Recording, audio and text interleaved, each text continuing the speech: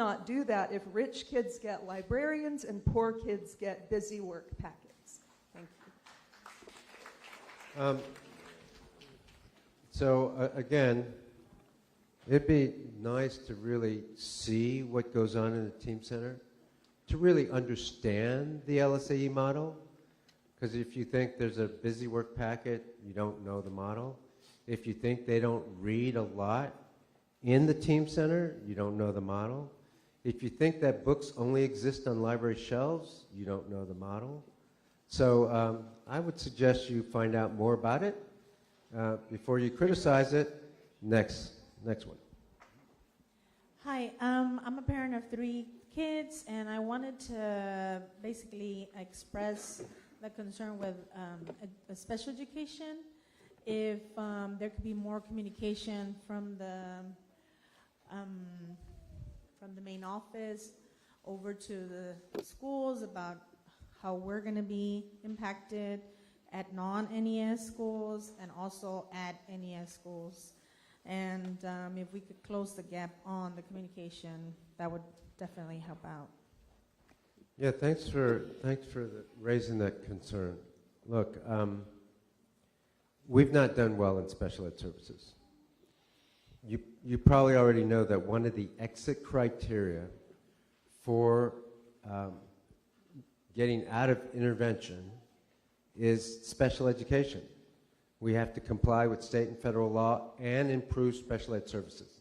Otherwise, we can't get out of the intervention. So we're working hard to do that, not just in the NES and NES aligned schools.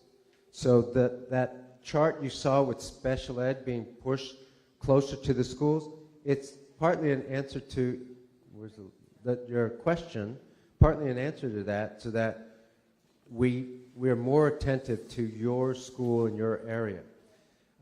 The other thing is, this year, the first time ever, I think, special education compliance and success outcomes are 20% of a principal's evaluation.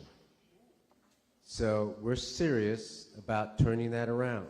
I don't think that's anywhere in the world or in America where a principal's evaluation is tied to SPED outcome, success, and compliance. So it's still not going to be perfect. We got a ways to go, okay? But we are definitely starting, and hopefully our communications will be much stronger this year. Where am I? I'm over here, yeah. Thank you for this forum. My name is Jill Wood, and I'm the parent of a 5th grader at an HISD school in a dual language program. And I also work with children with learning disabilities, and I run a play-based after-school program. So my question is very specifically about recess, and I'm one of those recess advocates you mentioned earlier. I heard your data points, and there's no question we need to be doing better. But research tells us that learning doesn't happen in a vacuum, and reading and math and critical thinking especially are learned best by moving physically and moving in a highly motivating environment. And a dyad is great, but it's not motivating the way recess is. I know that from working with kids and also working in a place where there's lots of other options. And so I guess I want to know, when I looked at the schedule for NES schools, I saw that there were 10 minutes fewer in 4th and 5th grade, and that K through 3rd are broken into 2 15-minute segments. And I'm also on the board at Link in Dallas, so I wonder if you're using that research to break into 2 pieces, the 30-minute time. But the Link project has 4 recesses a day, and so I think my concern is that when you have 15 minutes, a lot of that is going to happen in transit, and kids are going to lose the opportunity to be in a space where they learn those soft skills that are preparing them for 2035, because we know that happens in a recess environment. Yeah, so the kindergarten, 1st, 2nd, and 3rd have 30 minutes of recess. 4th grade actually has 25 minutes, and I suspect they'll find a way to move that to 30, and 5th grade has dyad for recess. So dyad is twice a week, at least an hour each time. which allows the kids to do more movement. And remember, they have 30-minute lunch, and they have a 1-hour elective every day. So there's going to be plenty of movement. Most of the dyad courses are physical, spin, PE, dance, martial arts. So there's a lot of brain breaks and free time for 5th graders. So recess is not going away, as you can see. Hi, my name is Adriana Hazley. I am a school counselor at an NES aligned school. When my principal chose, because it was our administration chose to go NES aligned, it wasn't a collaborative vote. When we went to our meeting, it was, this is how it's going to be. You don't have a choice. If you don't agree with it, then maybe this is not the school for you.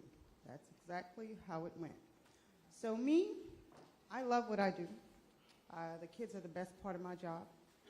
So I'm not sure about what NES is, so I sought to go to a non-NES school. Secured 2 positions. Each principal sent in a transfer for me and was told NES aligned people cannot transfer. This is the second time to even today. I secured a position at a high school.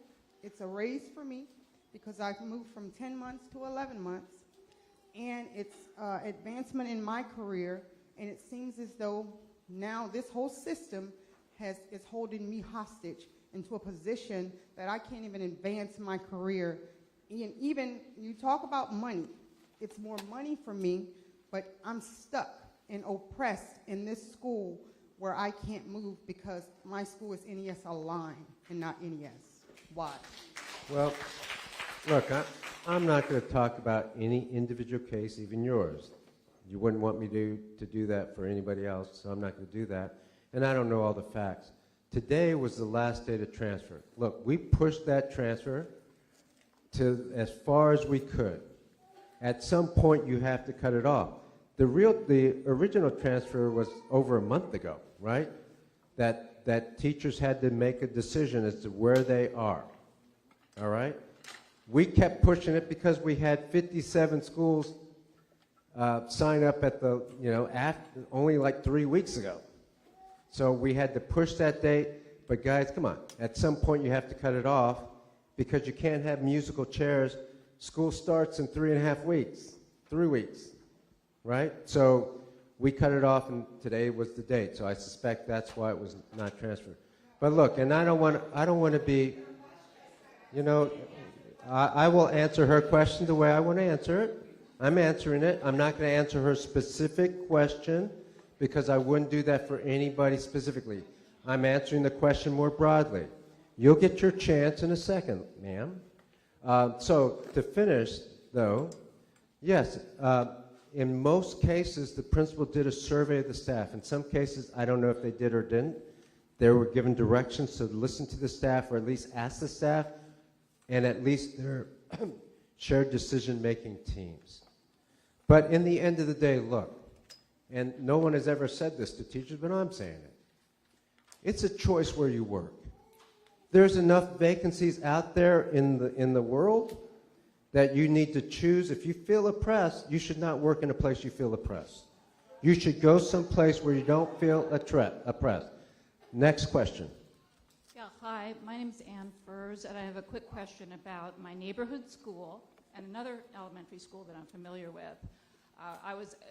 I'm impressed with HISD's vision statement, which guarantees equitable access for all kids to an equal education. My neighborhood's elementary school is Westview Elementary. It's a very high-achieving school, 6% economically disadvantaged. They have a beautiful library, a certified librarian, and they will always have that. Across town, another school I'm familiar with is Lockhart Elementary. That's 90% economically disadvantaged. They have a wonderful librarian and a library full of ESSER books, federally funded ESSER books that just came this past year. STEM kits, great progress. However, The principal just signed up to be an NES aligned school. The librarian is now gone. The library is now gone. The books are off the shelves. They're in a pile on the floor. And looking at an HISD's vision statement about equitable access, 90% economically disadvantaged, no library, no librarian, 6% economically disadvantaged, beautiful library, wonderful librarian. I'm just wondering how you reconcile that. First of all, I'm sorry those books are on the floor. That should not be. I've not seen that anywhere I've been, but they should put the books on the shelf, okay? Okay, well, they should. They should put them on the shelf. None of the books are gone from the libraries that I know of. To answer your question, Destination 2035, what we're trying to do is mostly about equity. That is the focus. But people want to hold on to what they have, and they may not have a bigger perspective of what equity is. I have colleagues who will say, you don't have equity unless you have an equity officer. You don't have equity unless you have the same number of teachers over here versus over here. You don't have equity unless you have the same class size. And what I say to them is, you really want equity? How about you put your most effective teachers with your least effective kids? That's equity. How about you get the kids to read just like the kids over here can read? That's equity. You want to think that some level of books, we used to count chairs. We used to credit schools, we counted chairs, desks, number of books in the library. A librarian came up to me today and said, you know what, I'm no longer a librarian, I'm a teacher, but when I was a librarian, only 18 books on average for a whole class was checked out in a year in HISD. So, hold on, I'm answering the question. Equity is not just about libraries. You have to prioritize if you want to do different things. We're going to do some other things. When we put $20 million in CTE, you want equity? We're going to prioritize the low-performing schools. Look at Barbara Jordan. Barbara Jordan CTE Center in the underserved part of our community. And then you look at the equity in some of those wealthier places of town.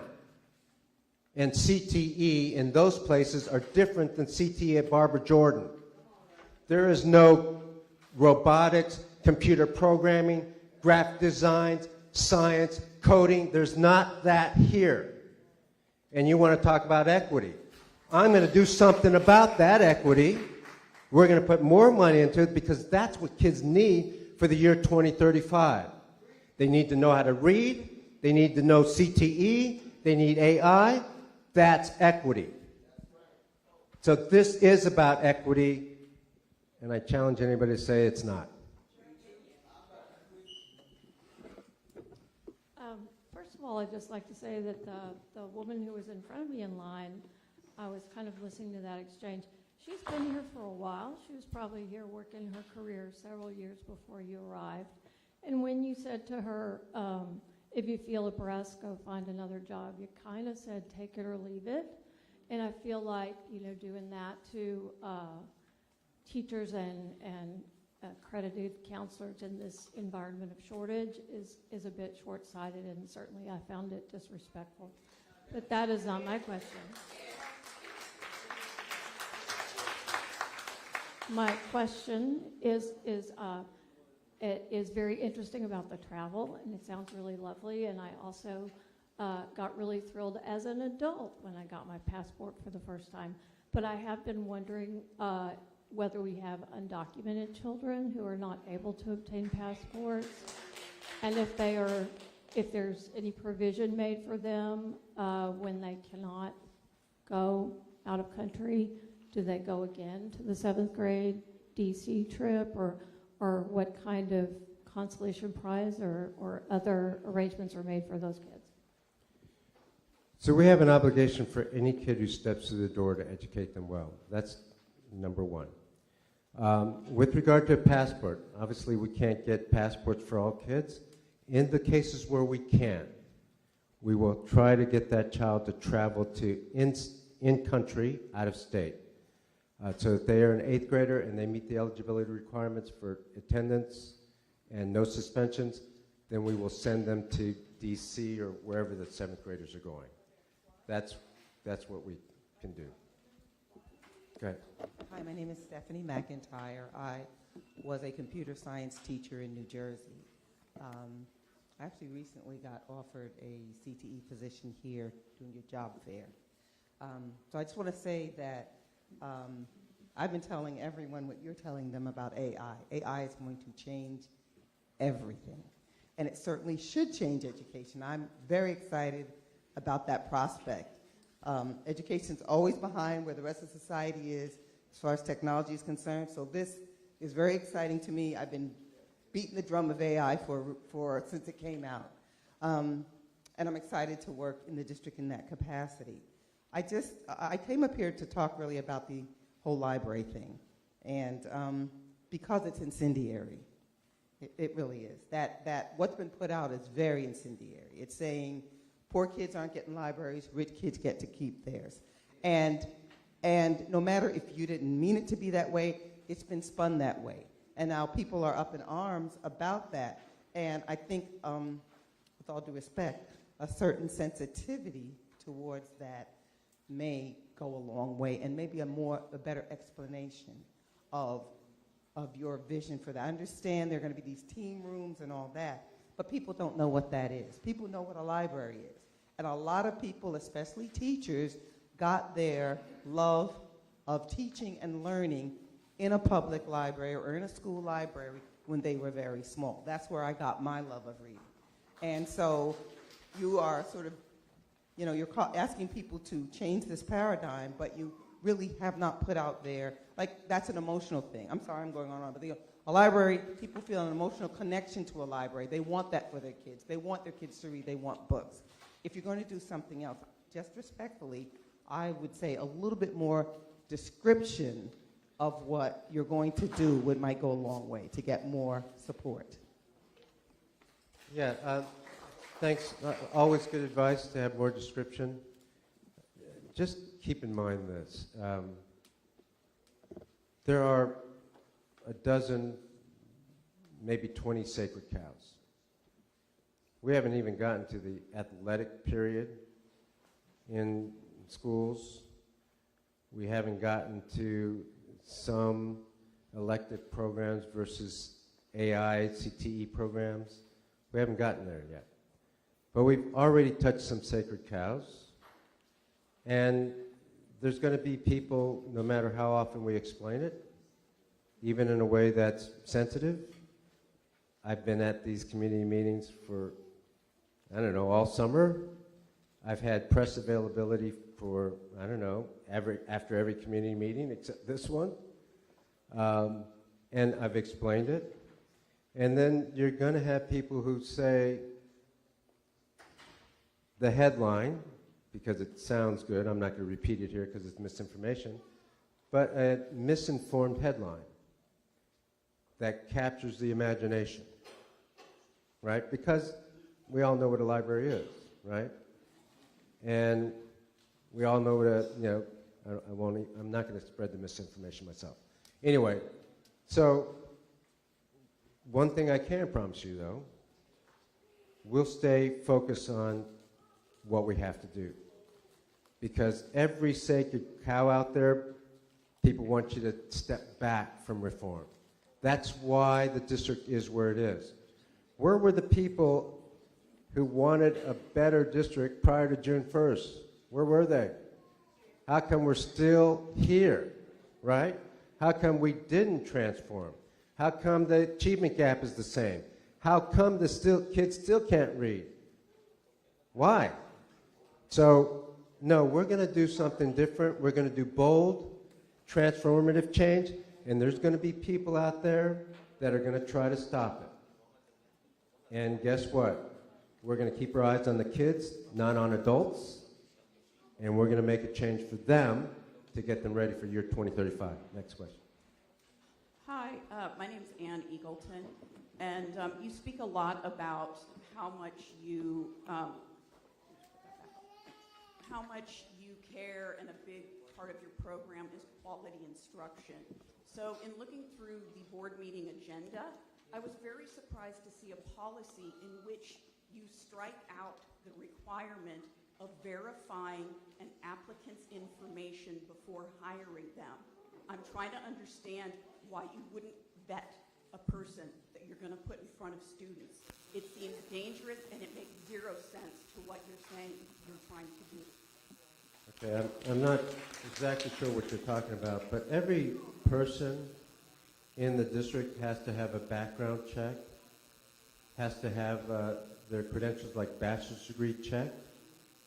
In most cases, certifications checked.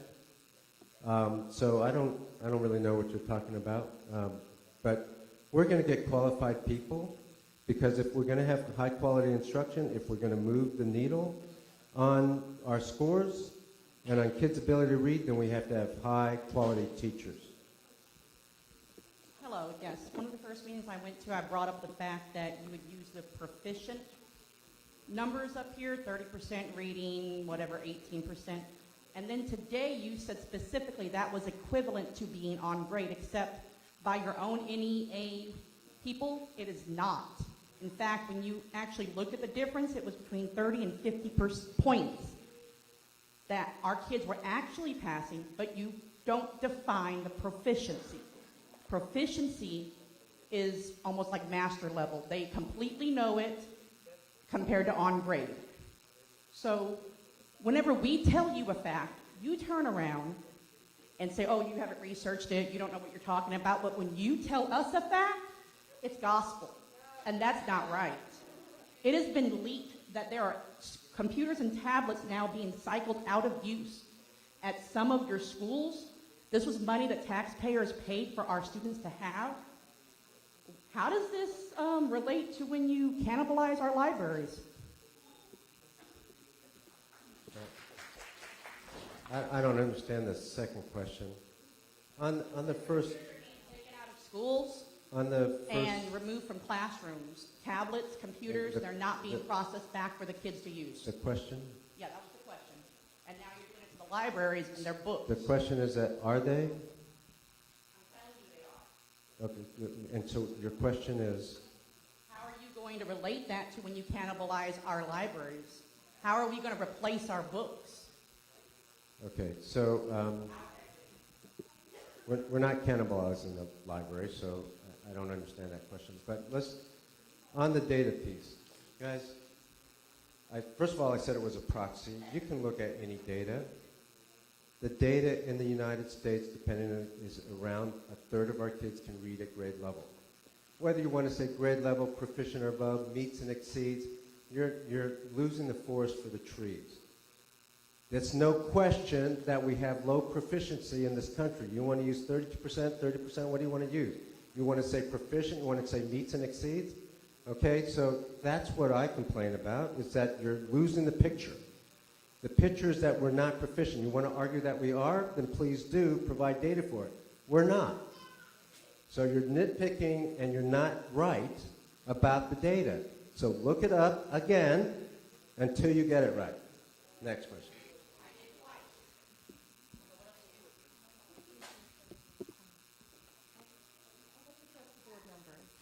Hi, my name is Anne. I'm a parent of an 8th and second grader who's dyslexic. She's getting great interventions at her school. Also, she's time with the librarian once a week and comes home with books that she's checked out every single week and is excited to read. So the coding is important, but also that practice of reading is really important for our children with learning differences, because if you train the brain and you practice, like, that can make all the difference for instruction. So it matters to me desperately how we're focusing on reading for my child and for every single child in HISD. So my question to you all did the Lone Star governance training. You know that the responsibility of the board is to represent the vision and the values of the community. And I saw you all do that at the first board workshop, where you asked the superintendent, what about the schools that are high performing? What about the magic schools? And he's not going to promise that nothing's going to change there, and you got that assurance. But I'm surprised. Stevenson, it was complimented, it's a B+ school. Phew. an A-plus school. It was a 95 on the state grading system. And when the community came out and said, this school is working for us, and the evidence is there, the data, where were you to step in and say, the vision of this and the values of the community are represented here? It's a dual language school. It's a school that's working for our kids. Why is the model changing?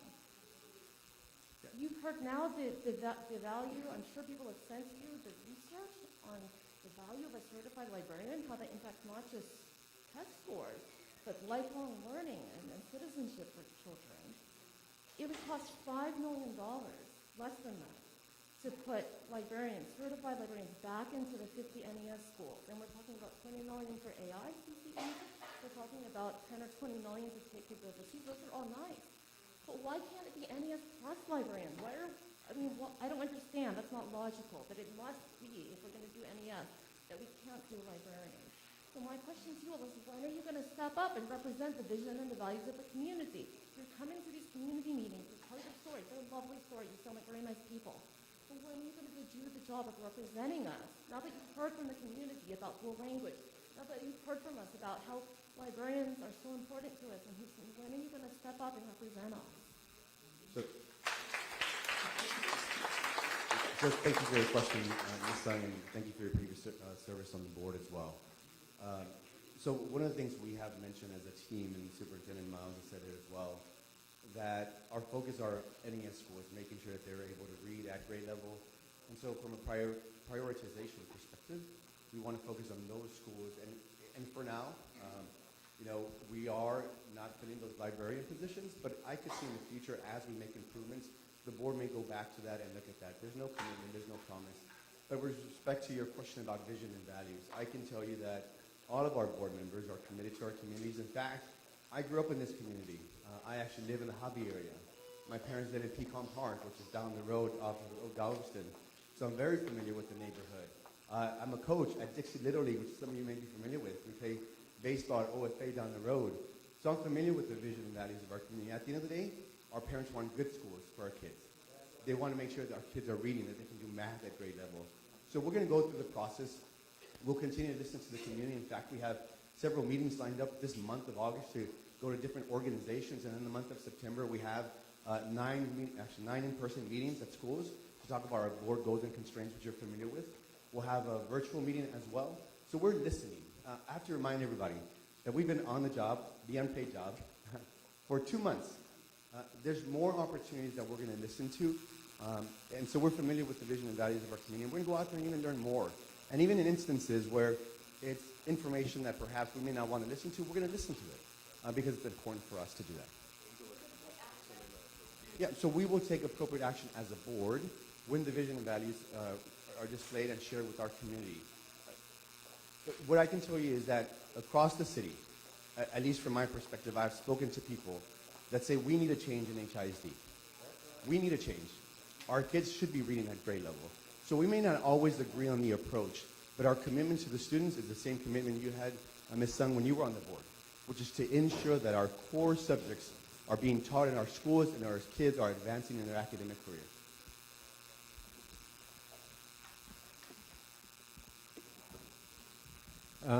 It's 7:15, so we're over time, but let's take 4 more questions. Which side is first? You're first. How you doing, Mr. Miles? My name is Antonio Green. I work in transportation. My grandson goes to Ross Sterling High School, and the other schools he went to, Deanda, oh my God, Madding, excellent schools, he has autism. He couldn't talk when he first started school. He has some superb teachers. They helped him. But what I'm saying right now, I'm not hearing anything about special needs. Every time, every year, he's going to be in 10th grade. It's always, you got the other regular students' pictures. The children is on the background of special needs. They're not in the forefront. They don't have no buddy system where you got a student, they got friends, interact with children so they can learn their disability. It's not just autism, it's all other students. He's a visual learner. You got a certified, he got a teacher in there, she used to be a dog catcher, and she tried to tell him he cannot move certain ways, but that's his disability. He's not a bad kid. He just smiles and laughs. That's all he does. And he talks and repeats things. But another thing I want to know about how you gonna keep the money in the school budget to use for them. They didn't go on no field trips. They didn't do nothing out of the ordinary. I couldn't. I'm a hands-on. I'm a grandmother. His mom passed away when he was a baby. I'm hands-on grandmother. I'm there, meetings.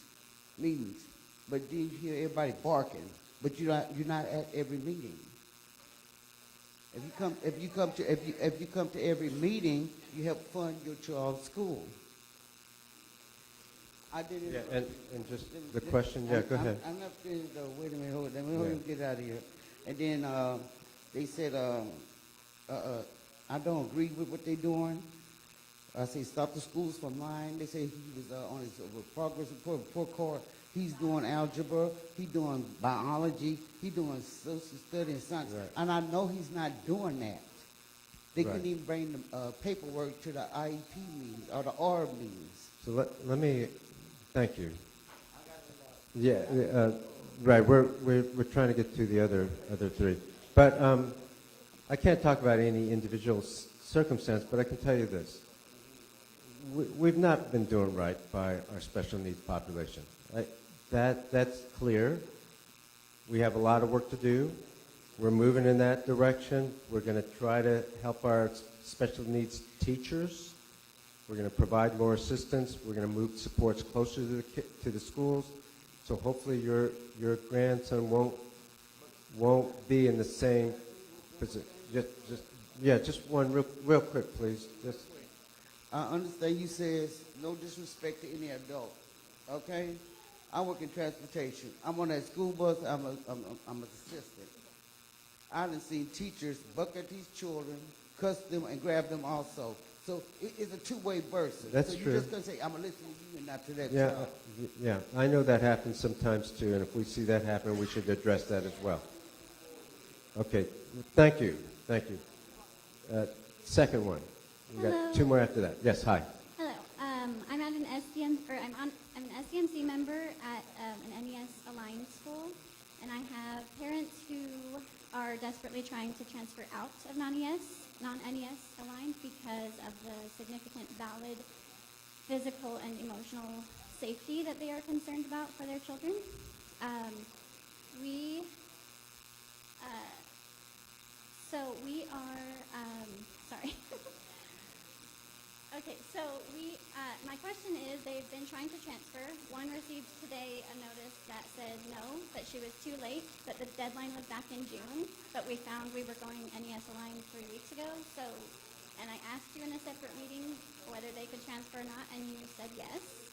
So I'm trying to understand if they've been declined that transfer, not because of principals, but by the district saying that it's too late. How can they still transfer? Yeah. And I don't want to talk about the safety. I just want to know how you can. I don't want like another lecture. I would just like to know how they can transfer and how they can make sure that that's a possibility, because you promised that before. Yeah, I don't know when the new deadline was set. Obviously, there has to be a deadline, so I'd have to find out more information.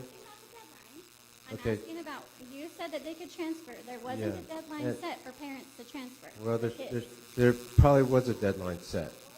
So, Not seen anything. okay, well, I'm trying to answer the question without lecturing. So, I'm trying to answer the question. There probably was a deadline set. I don't know if there was or not.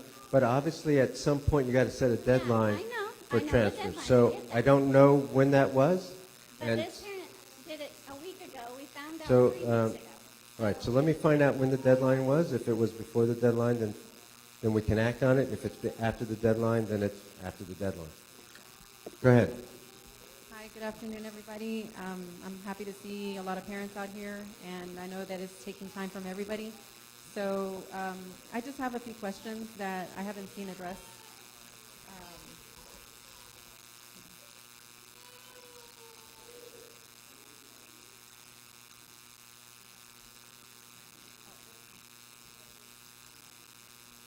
Well, I do want to touch back on the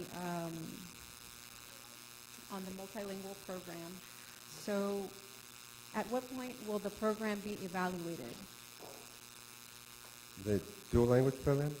Yes. So I'm not exactly sure what you're talking about, but all dual language teachers get evaluated just like other teachers. No, the And student grades and their success rate, their passing rates. Mhm. So we take different assessments. We'll take NWA, we take the TEL pass, and we'll take the STAR exam. So we'll have several times when the students will be evaluated. So after the evaluation, if there is a particular score that's less, what are your plans? Do you have a plan B? Do you plan to go back to the way things used to be if the numbers were not what you expected? And also, where will that data be available for parents and the public? And also, how soon after the testing will that be available? So we'll do a beginning of the year assessment, usually NWA, DIBELS, and TELPAS. So we'll do a beginning of the year assessment. That's the baseline. And that data will be published probably at a board meeting, probably a few weeks after we take it. And then we do a middle of the year, and then we'll do an end of the year. So you'll have, most of that data will be public knowledge anyway, but you'll have that data. I also have a question. Does the NES program, how does the NES program help jobs being outsourced and lost to artificial intelligence? And that goes for both all HISD schools and the NES program. What is the success rate, and where can we find that information? Okay, so I'm not sure of the question. So no jobs have been outsourced for something we're going to.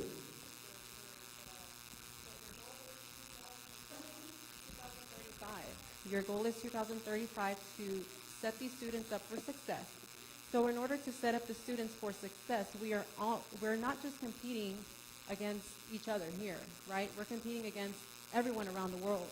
So we are losing jobs crazy In America. to outsource Yes. everywhere else because they're smarter, faster, cheaper. So how are these students going to benefit from this in 2035? Like what is it that your program offers? So what we're trying to do is a couple of things. One is to help them have the foundational skills to compete so that they won't have their jobs outsourced. They have to be part of the higher skills job, or at least the middle level skills job. The second part is to take advantage of year 2035 competencies: critical thinking, problem solving, working as a team, communications, learning how to learn. That's what we need for our kids so that they won't be outsourced, so that they can have those higher skills jobs after they graduate from high school. You had the last question. I'm going to say in English and Spanish because, okay, I just want to say to all the parents that we are our kids' first teachers. Let's be honest and realistic, okay? So my daughter used to attend to Baylor College of Medicine, Orion, and it was absolutely sad to see that I was part of the PTO, and every single time, even virtually or personally, there was only 2 or 3 parents. So let's be honest, let's not blame the new people, right? Let's take responsibility that we as the parents need to be there for our kids, okay? And I'm asking you to please listen to us, to the PTO, because I sent so many proposals to the previous administration on how to get those parents to help. Because let me tell you one thing, let's be honest, parents, they can have all the libraries and all the schools because everybody's talking about the library, but your child gets home and there's a lot of research being done that the kids spend, you will give them a phone for 24 hours, they will not eat or read, they will spend 24 hours on the phone. Not reading, not doing math, not doing science, watching TikTok, okay? So my thing is listen to the PTO, us, give me the opportunity to sing with your board, so that way we can get, especially Hispanic, not speaking English, to get those parents to understand how important it is to get our kids to the next level, okay? Lo voy a decir en español. Los papás hispanos, nosotros somos los maestros de nuestros hijos. La educación empieza en la casa. No hay que ponerles toda la responsabilidad a los maestros, pues nuestros hijos solamente están en la escuela ciegos. Cuando lleguen a la casa, nosotros los tenemos que pucharlos a que hagan lo mejor. Tenemos el PTO en la escuela. Ayúdemos, firmen y estén en la escuela. Salgan de trabajar a las 7, a las 8, lo que sea. Yo se los puedo comprar porque tengo 2 trabajos y estoy en la educación de mis hijas. My 2 kids are GT, and yes, I do appreciate the teachers, but they are there because I spend plain words, everything, because I want my kids. You don't need to, let me tell you one thing in English. You don't need to be rich to be smart. If I could answer your question, so parent engagement is important. I've had 3 conversations with 3 or different organizations in the last month about how do we create cohorts of parents that are involved and engaged in their schools, specifically in brown and black schools. We know that there's opportunities there. I can tell you that, again, my kids go to a school not too far from here. We had no PTO because at the time a principal said, school is not for parents. And so what did we do? We said, hey, we're going to make it work. And so today I'm excited. Our PTO was in, our school PTO with the current president was at the HISD Expo. We have sometimes up to 100 active parents in the school. We do have about 800 students, which is a big school. But here's my commitment to you. Email me. I will go and help your school get involved in PTO. Y se lo voy a contestar en español.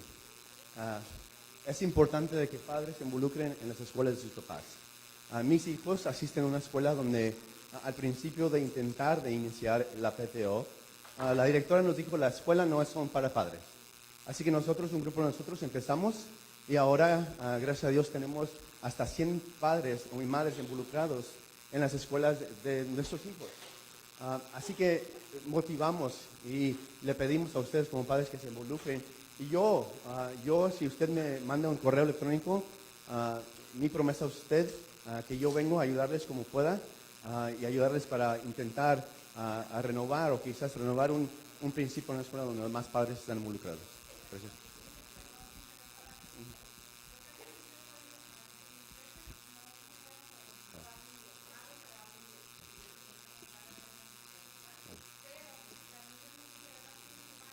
Yes. Okay, thank you. Yeah, her suggestion was at some of these schools we need to get the principals to allow parents to become engaged. Thank you. Yes. Michelle, do you want to have the last word?